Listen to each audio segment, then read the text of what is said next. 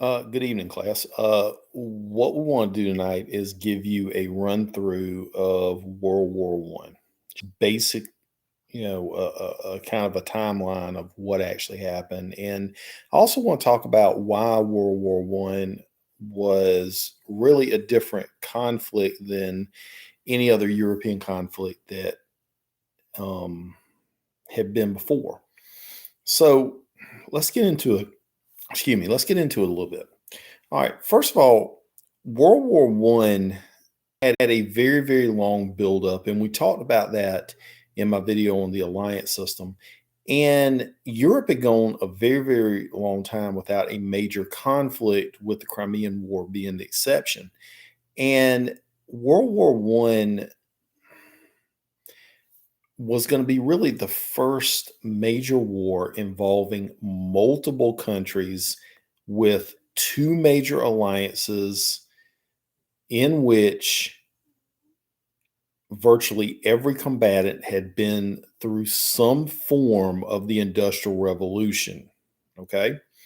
So you have industrialized weapons of war that are going to create industrialized killing.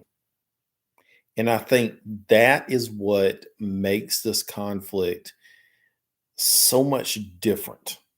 Um, I've heard historians say that the Civil War was an industrialized war. Yes and no. There had been some industrialization. There was some forms of very crude mass production and interchangeable parts during the American Civil War. But World War One really makes the American Civil War pale. So I don't think the Civil War counts at the magnitude of World War One. So World War One is going to be the first war in which all sides have some degree of industrialization. And if you now count Germany, Britain, and France, you're going to have high levels of industrialization, which will mean high levels of industrialized killing machines.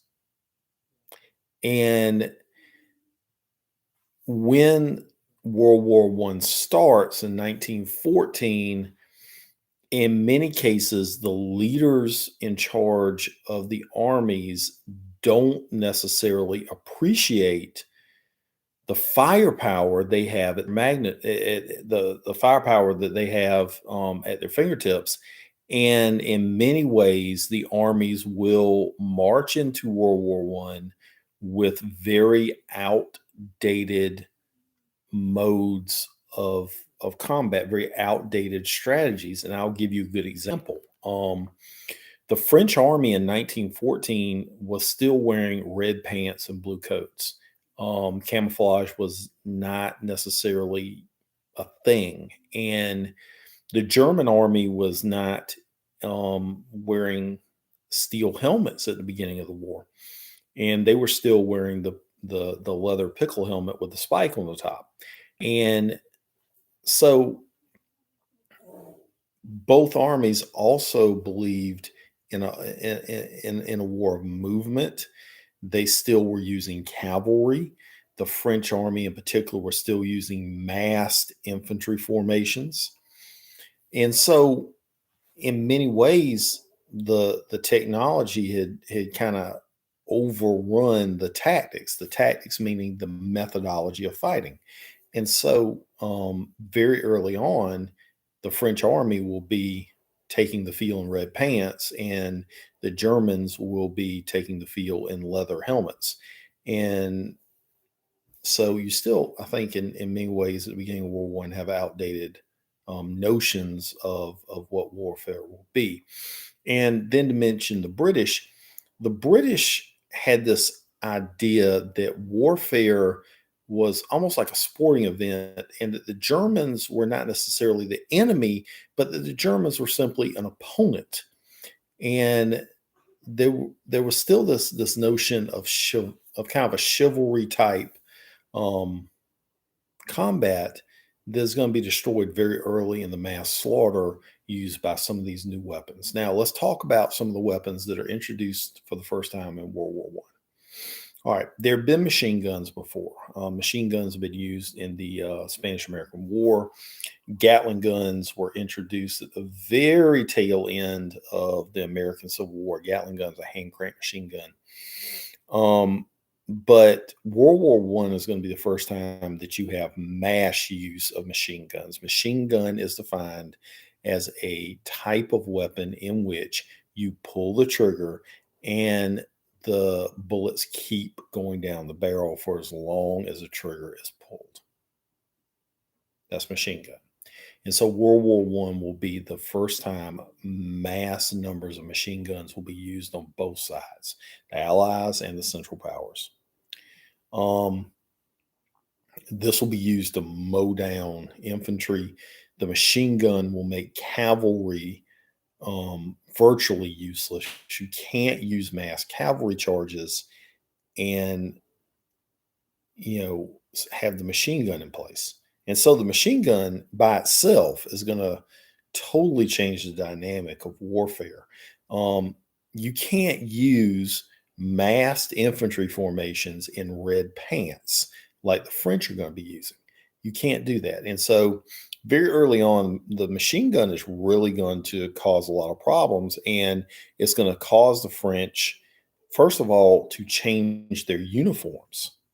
It's also going to cause um, both sides to dig in and entrench. And it is a major contributing factor in the creation of the classic World War One trench line, where you have two opposing trench that run from the Alps all the way to the North Sea. And so that one weapon changes everything and can cause a stalemate. Second major advance is rapid fire artillery. A good example of that is the French 88 artillery piece that could fire as fast as the gunners could load, which was extremely fast. Gone are the muzzle loading artillery pieces. Now you have breech loading artillery pieces in which the gunners fire by loading the shell in the rear. And so these artillery pieces can be fired at a very rapid pace. Large amounts of artillery can be dropped on the enemy's head. And again, it, along with the machine gun, causes the digging in and the creation of the trenches that become the signature aspect of the First World War. Again, on the Western Front between Germany and France, trenches will run from the Alps to the North Sea due to the new artillery and the machine gun. All right. At sea, you have the introduction of a fairly new weapon. The Germans call it the Unterseeboot, the U-boat, the submarine. Submarines had been used effectively for the first time during the American Civil War with the H.L. Hunley, a hand-cranked submarine created by the Confederate military. A powered submarine was created very late in the 1800s, but the Germans really took the submarine and really refined it, and it became a very, very effective weapon. In 1914, there was really no way to detect a submerged submarine, and very early on, the British lose one of their big capital ships, a battleship called the Royal Oak, to a very small, very cheaply built submarine. And so submarines really cause a couple things to happen. Number one, the British Navy has to be very careful when it leaves port. It has to be very careful. It can't move as rapidly. Secondly, the submarine forces merchant ships to travel in convoys, large groups, so they can be protected by warships. A single merchant ship by itself with no protection is a sitting duck for a German U-boat. And initially, the German Navy uses its U-boats to attempt to cut off as many supplies as possible to Britain And part of that strategy will actually lead to the United States coming into the war when the Germans start unrestricted submarine warfare and they are targeting any single ship coming into an area surrounding Britain that the Germans have kind of drawn out as an exclusion zone. And so that's one of the leading reasons for America to come into the war. We were a neutral nation at the time and felt like our ships flying our flag should not be targeted, but we were bringing in supplies to the British, and the Germans wanted to starve the island of Great Britain out. So the submarine's another weapon that the Germans really use effectively. Another weapon that becomes extremely important is the airplane. The airplane is invented in the early 1900s. Wright brothers fly the first powered airplane. And yes, they did. There's some controversy coming out recently that they might have been the first powered flight. I don't believe that. They did it at Kitty Hawk, North Carolina. And shortly thereafter, World War One happens, less than 20 years after the first powered flight. And very quickly, the airplane evolves from being a tool to spy on your enemy. The airplanes would go over, they would take pictures, they would gather intelligence, and then they very quickly evolve into a pretty effective weapon of war. Um, the way this works is a scout plane flies over your trenches and you are the pilot of another scout plane and you simply start firing at the enemy with a pistol or a shotgun or a machine gun. Then you build a bigger plane, you mount a machine gun on the plane, and then you start firing. And then um, the other nation then tries to one up you, and the Germans figure out a way to shoot through the propellers without shooting the propeller off. And then that changes the dynamic. And then the British and French figure it out. And so war tends to really push technological evolution. You see that very, very strongly in the airplane. Another military advancement would be poison gas. Um, the German scientist that really pushes the idea of using gas as a weapon was a scientist named Max Weber. And Weber uh, sees poison gas as a weapon like an artillery shell or anything else. And he is a German patriot. Excuse me. He's a German patriot and he wants his side to win. And he's a chemist. And so he comes up with some really nasty gas combinations that are going to be used initially against French colonial troops for the first time. So we've gone through a list of weapons that are used really for the first time in World War One, effectively in large amounts. And you can't have any of these weapons without industrialization. You can't build submarines or machine guns or these rapid fire artillery pieces. You can't produce the poison gas without industrial chemical um, processes. And so World War One is an industrialized war with industrialized killing. And let's talk about the industrialized killing. All right, in 4 or 5 years of war, 4 or 5 years of combat, the French will lose 1 million men. The Russians will lose 1 million men. The Germans will lose 1 million. The British will lose slightly under 1 million. And this is in 4 years of fighting. The United States will come into the war in pretty much the last year and we'll lose over 100,000 people. And you don't lose that many people and don't have that level, excuse me again, a fatality without being able to mass produce these really horrible weapons. And World War One really is one of the most deadliest wars ever fought in human history. Not the deadliest, but one of the most deadliest. World War II will eclipse it. But um, it really creates a shocking situation. Now, let's look at some of the results and outcomes. All right. Obviously, new weapons are protected. Weapon industry really is an outcome. But let's look at a few other things. Out of World War One, you will develop penicillin.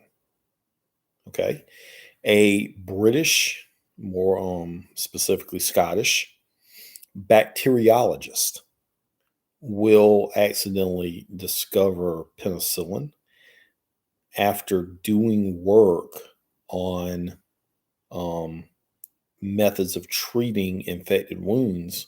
And this will be after World War One, but the spark is ignited in his head during the war. And so penicillin can trace its origins to World War One. That's another technological achievement. Um, the airline industry will evolve out of some of the bigger airplanes that are built. Another result of World War One is Russia turns into the Soviet Union. You have the Communist Revolution. Russia does very poorly in the First World War, and the living conditions and all deteriorate to the point that you have a mass uprising, and Russia transitions into the Soviet Union. You have the breakup of the Ottoman Empire, which fought on the side of the Germans. And the Ottoman Empire had controlled the Middle East. And one of the consequences of the breakup of the Ottoman Empire is the creation of Israel. Palestine, where Israel is located on now, the geographical area of Palestine, it becomes a colony of Great Britain. Great Britain allows large numbers of Jews to settle inside Palestine.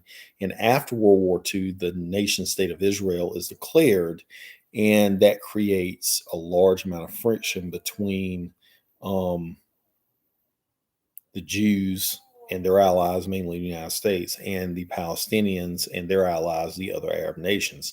And without the breakup of the Ottoman Empire, without Palestine becoming a British colony, you don't have the creation of Israel. I think that's a really important outcome of the First World War. All right, another major outcome of the First World War is the Treaty of Versailles that ends the conflict. The Treaty of Versailles basically blames Germany for the war. It forces Germany to pay for the war. And it strips Germany of its military. And the effect of that is the humiliation of the Germans. And as we all know, World War One was started when an Austrian prince, Franz Ferdinand, is assassinated by a terrorist group called the Black Hand linked to Serbia. So the Germans really didn't start the war. But this is an opportunity by the French and British and lesser the Italians to kind of put the Germans in their place. They are seen as a major power and rival. And so if you can take the Germans and put them in their place, all the better. And World War One humiliates the Germans to the point where Hitler, when he is elected into office, he is an elected leader, and finally takes power, will use the humiliation to justify the rearming of Germany. And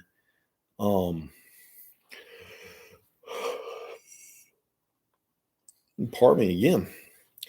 And Hitler will use the humiliation of the Treaty of Versailles to rearm the Germans, and also as a way to gain land back lost to Poland and France as a result of the First World War as well.